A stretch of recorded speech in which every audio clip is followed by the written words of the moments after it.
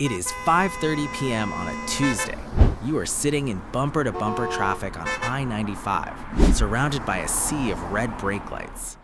Or maybe you are under the persistent, quiet hum of fluorescent lights in a cubicle farm in suburban Texas, staring at an Excel spreadsheet that has slowly devoured your entire afternoon. Your eyes are dry, your neck is stiff, your brain feels like an engine that has been running on low oil for 3 years straight. And the strangest part? You haven't hunted an animal today. You haven't built a shelter.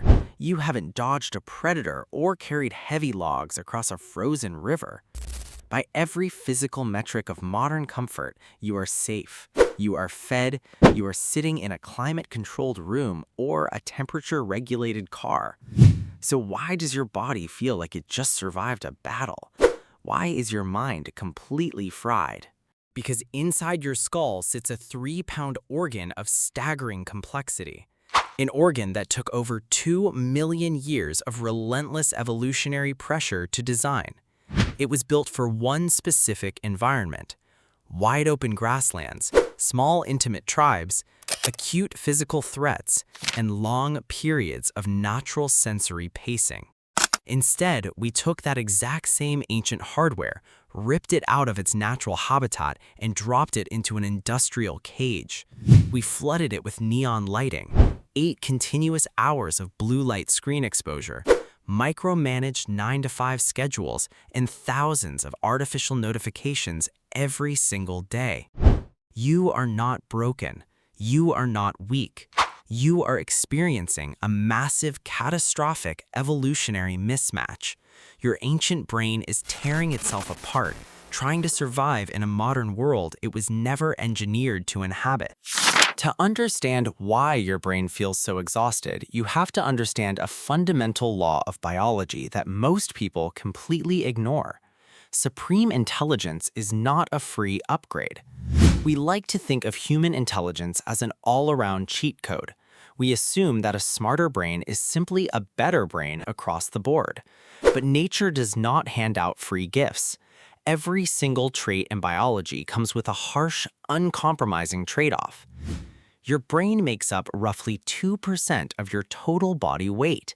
Yet, at any given second, it consumes over 20% of your body's entire metabolic energy budget.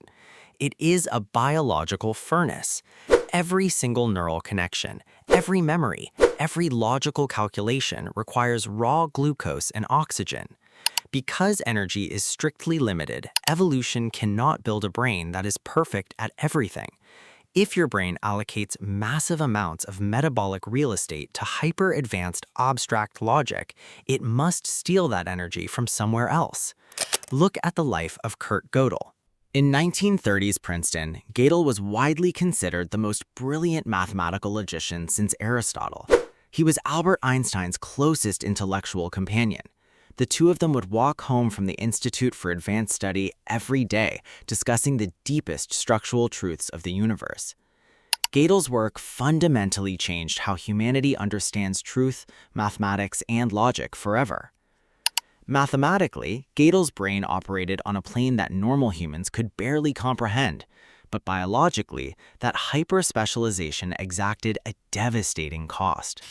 Because his mind channeled almost all its metabolic energy into abstract pattern processing, his brain stripped away the basic neural hardware dedicated to everyday social trust and survival instincts. As he grew older, his hyper-logical mind turned inward. He developed severe, unyielding paranoia. He became convinced that someone was trying to poison his food. The only human being he trusted to prepare his meals was his wife, Adele. When Adele fell ill and was hospitalized, Gödel's brain could not compute a simple workaround. He refused to eat anything she had not personally cooked. The man who outthought the greatest intellects of the 20th century spent his final days inside a Princeton hospital room, paralyzed by irrational fear. He died of self-starvation, weighing less than 65 pounds. Gödel's genius was not a universal gift. It was an extreme biological trade-off, and his tragic story exposes a profound truth about human nature. Which sounds like an extreme anomaly until you realize that nature never intended for any single human brain to be good at everything. Go back 50,000 years to the African savanna. A human tribe could not survive if it was composed entirely of generalists. If everyone had the exact same average skill set, the tribe died the moment an unpredictable crisis hit. To ensure our species survived, natural selection carved human brains into specialized biological roles. Humanity did not conquer the planet because we were individually well-rounded. We conquered the planet because our tribes functioned like specialized biological units. Evolution engineered 4 primary brain archetypes inside the human group. The first archetype is the logic builder. These were the ancient tool makers, the tracking analysts, the ones who observed the subtle geometry of animal tracks and mapped the seasonal flow of water. They cared about how things worked. Today, these are your software architects, mechanical engineers, and data scientists. They thrive when dissecting complex systems, but they often struggle with the noisy dynamics of casual social interactions. The second archetype is the social architect. These individuals were hardwired with extraordinary emotional empathy and micro-expression tracking. Their survival job was group cohesion. They resolved blood feuds within the tribe, read the nonverbal cues of neighboring clans, and kept the group unified. Think of iconic American leaders like Ronald Reagan, figures whose fundamental power didn't come from deep technical data, but from an innate, charismatic ability to read a room, project confidence, and bind millions of people together under a single narrative. The third archetype is the boundary breaker. These were the high dopamine, risk-tolerant scouts. Sitting around the campfire all day made them physically restless. When resources ran low or when a dark mountain range loomed on the horizon, the boundary breakers were the ones driven to march straight into the unknown. Think of legendary explorers like Ernest Shackleton. In calm, ordinary times, these minds struggle with routine. But when a ship gets trapped in Antarctic ice and total chaos erupts, their high-arousal nervous system wakes up. They perform best when everything around them is falling apart. The fourth archetype is the order keeper. These were the guardians of routine, safety, and systemic discipline. They tracked winter food reserves, remembered which plants were toxic, and enforced the traditions that kept the tribe safe across generations. In the modern financial world, this is Warren Buffett, a mind built for extreme routine, low emotional volatility, and the relentless discipline of repeating the exact same simple, compounding actions over decades. 4 distinct brains, 4 specialized survival strategies, each one optimized for a specific job within the tribe. But the real scientific paradox starts when you look at how modern society treats these evolutionary archetypes today. Walk into any modern American school or medical clinic, and you will hear labels like attention deficit hyperactivity disorder or autism spectrum disorder. We've built an entire medical taxonomy designed to label these variations as biological defects, broken circuitry, or cognitive failures. That is a profound misunderstanding of evolutionary science. What modern psychiatry labels as autism is, in many cases, the pure, unadulterated hardware of the ancestral logic builder. Strip away the heavy, energy-consuming social signaling software that most people use for idle small talk, and what is left? A brain capable of stripping away social noise and hyper-focusing on intricate logical patterns, deep data streams, or lines of code for 16 consecutive hours without burning out. And what modern society diagnoses as ADHD? That is the raw, unpolished engine of the ancient boundary breaker.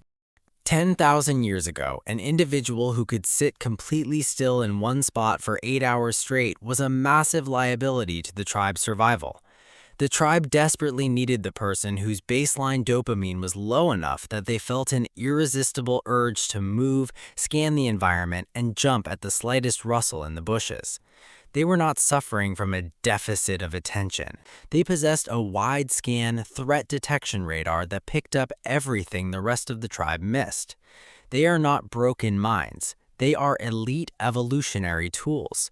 They were engineered over millions of years to protect the tribe from starvation and unexpected attacks. The problem isn't their wiring. The problem is the artificial world we build around them. So why are so many people sitting in offices right now feeling like their mental health is crumbling? Because roughly 200 years ago, humanity made a dramatic, unnatural shift. The Industrial Revolution took off. Massive factories were built across the West, assembly lines were installed, and a standardized public education system was rolled out across the United States. The primary goal of that new system was simple: produce an obedient, predictable workforce for factory floors and corporate offices.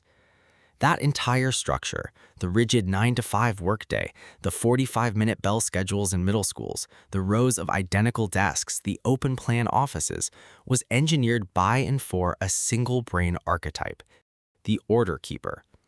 The modern corporate environment demands predictable, monotonous output. It demands that you sit still under humming lights for 8 hours.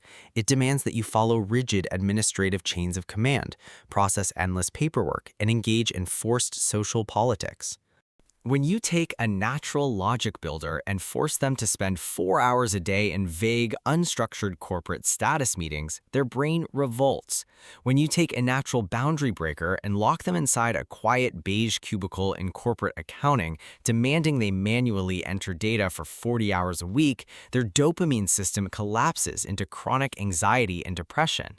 When you take a social architect and isolate them behind a screen doing solo data processing, their emotional engine starves.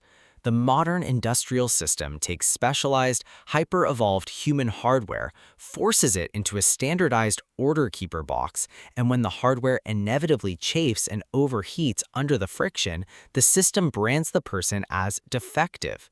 Look at your own life with absolute candor. The deep mental exhaustion you feel at the end of the day is rarely a failure of your personal willpower. It is biological friction. It is the real-time cost of trying to force a hunter-gatherer mind into a corporate structure that ignores millions of years of evolutionary design. You were never meant to be a well-rounded, jack-of-all-trades corporate asset. Evolution did not design you to be average at 20 different administrative tasks. It designed you to be extraordinarily good at a specific survival function. The moment you stop treating your natural biological traits as flaws to be fixed and start viewing them as ancestral specializations to be leveraged, the illusion of being broken completely evaporates. Now, I want to turn this over to you. Which of the 4 evolutionary archetypes do you resonate with the most, and how is your current career or daily routine working for or against your ancient hardware? Drop your thoughts in the comments below. I read as many as I can. If this deep dive gave you a new perspective on how your brain actually works, hit the like button, subscribe to the channel, and share this video with someone who needs to hear it. Thanks for watching, and stay curious.